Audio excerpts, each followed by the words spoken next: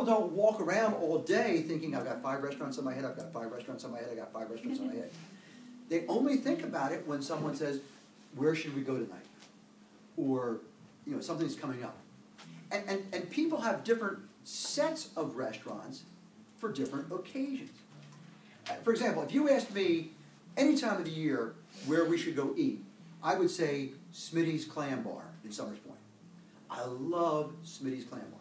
Now it's only open from Memorial Day till just after Labor Day, all right? Which is a shame. But I go there and sit outside it, and I still like it in the middle of the winter, you know, because it's just that good. What do I like about Smitty's? Smitty's does not take reservations. Seafood restaurant, very casual, no air conditioning. You know, it's boiling hot in the summertime. But what Smitty's does is Smitty's is BYOB, and it's really inexpensive and great food. They're always running different specials. So what you do, you go over there with some friends. A normal wait on a summer night at Smitty's is going to be an hour and a half to 2 hours. That's your wait. And they have no bar, but you bring your own booze with you. So we bring our wine and we sit outside Smitty's on the bay there in Summers Point, and we go up to the counter and order appetizers.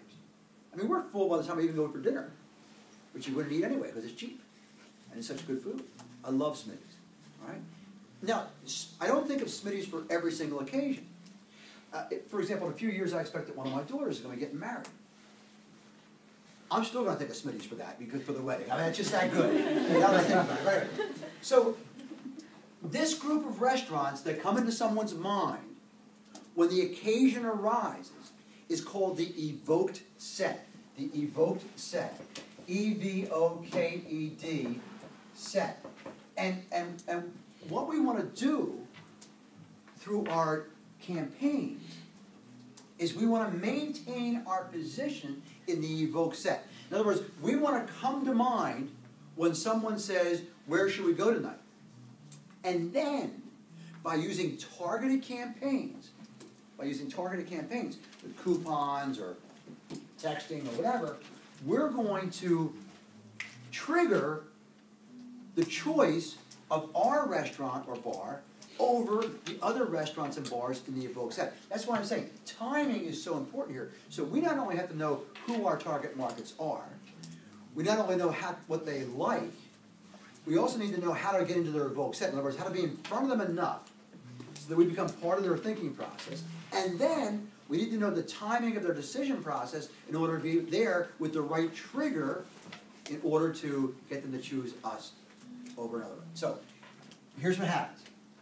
We are going to build a list, okay?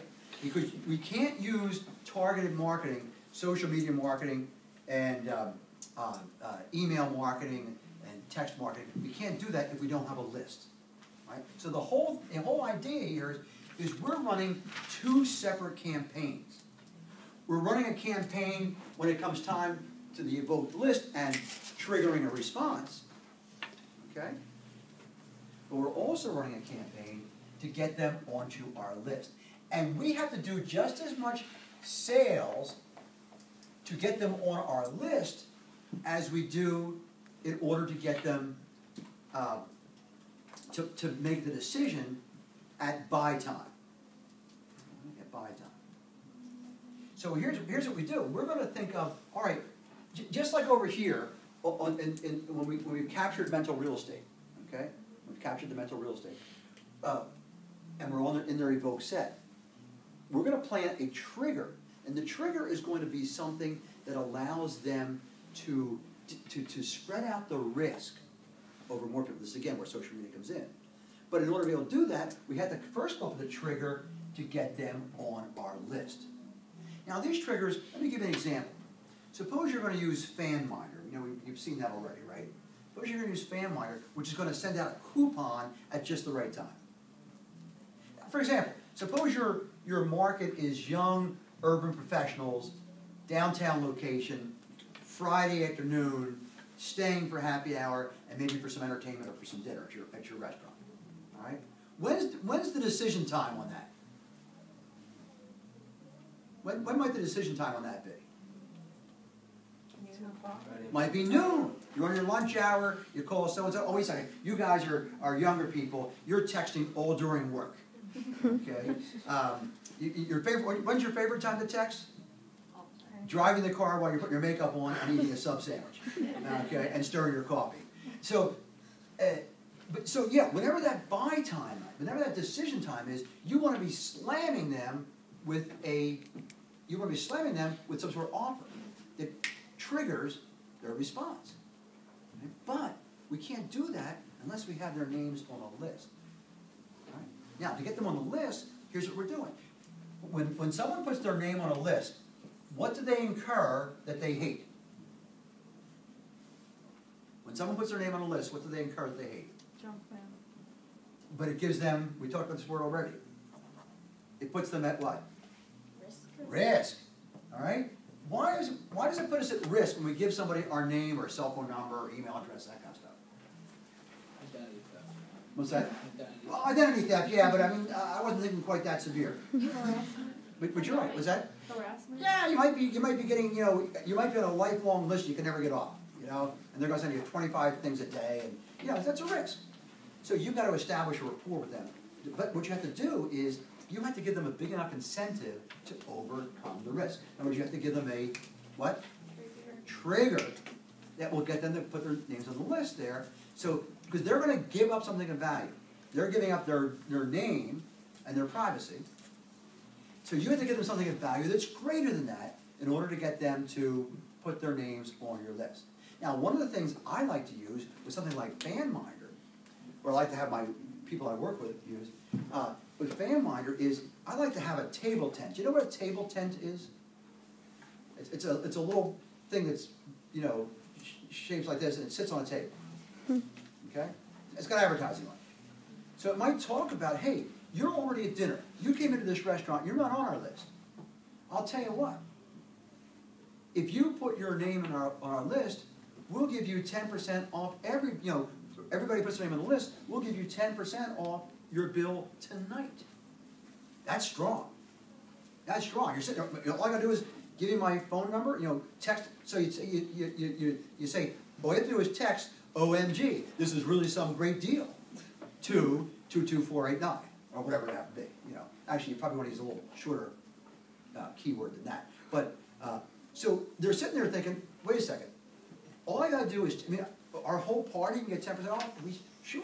Or maybe we'll give you a free dessert, or whatever it happens to be. You want to use a trigger, but it depends on what your target market wants. What is it going to be that will make them say, this is a sweet deal. I like this. I went to the Palm restaurant a year and a half ago, I guess, with my brother. My brother was treating me. I helped his son out, my godson, my nephew. And I helped him out with some stuff. And so my brother says, I'll take you to dinner. So Jeannie and I, my brother and my godson Timmy go. And the guy comes around at the Palm and says, hey, you can join our magic club or whatever it is. I forget what it's called. And for $25, and we give you a gift coupon immediately for $25. I can't lose.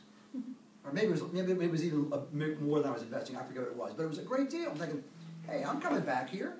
I'm having a great time. It's the Palms. It's people like me belong here. So.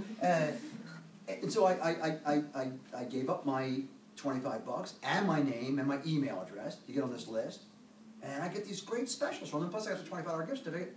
I use it up already. Get great specials. I like it. So whatever that happens to be. And then I want to show you one more concept here. What we're doing here is we're creating what is called the sales funnel, okay, or the marketing funnel. And what the marketing funnel is. This is a concept of customer development. We're growing valuable customers. We're training them, we're teaching them, we're helping them become better customers where we are. Because you know what? If they like us, they want to be better customers because they know if they become better customers, they get even more rewards. And so we have, all of this is geared towards getting them on the list, and then once they're on the list, then we build a relationship with them, finding out what's important to them, and giving to that again and again and again. So we use what are called attractors to get people into the funnel. And an attractor is something that is of value to them that makes them say, oh, I would like that, in which gets them to exchange their information with us so we can market to them. Right? And this attractor could be all kinds of things. It could be a coupon, it could be a special night with the chef in the back of the restaurant, you know. It could be a wine tasting, you know, it could be all kinds of things. You know, it depends on, it could be VIP status, it could be, you know, no reservation policy. In other words, everyone else has to make reservations, you get the next table. There was a place in New Orleans when I lived there called Arnaud's Restaurant. Loved Arnaud's Restaurant. They had a key club there, and their key was actually an actual key. This is back before computers, and or at least before personal computers. And their key was an actual key that actually opened a door and had your number on it. Mine was 1155. Still remember it. This is, I don't know how many years ago, 30 years ago. And you had your own door you could go in, right off of Conti Street, which is right off Bourbon. You know, Conti runs this way, and Bourbon runs this way. So you could go up there. Everybody else is standing in line, trying to make a reservation. Even on during Mardi Gras and stuff, when it's packed down there, I could go up with my key, my private key, open up this door, and you go into a bar, and the bar was reserved only for Key Club members. And you sat in the bar. Monsieur Henri came out to greet you, the maitre d', who I think was from Mississippi. But there he was Monsieur Henri, you know, to be, because he spoke with a French accent. I don't think he was French. It made you feel better, you know. Oh, Mr. Quain, we're so happy to see you again. Oh, mais oui. And you'd sit at the bar there, and you had your own bar. I mean, it was just for the club members. So you kind of got to know some of the people. And then you got the next available table during Mardi Gras. Imagine the value of that. Now, I happen to be a friend of the owners. I mean, that's how I got my key. The other people who had keys were like millionaires, billionaires, who spent a gazillion dollars there.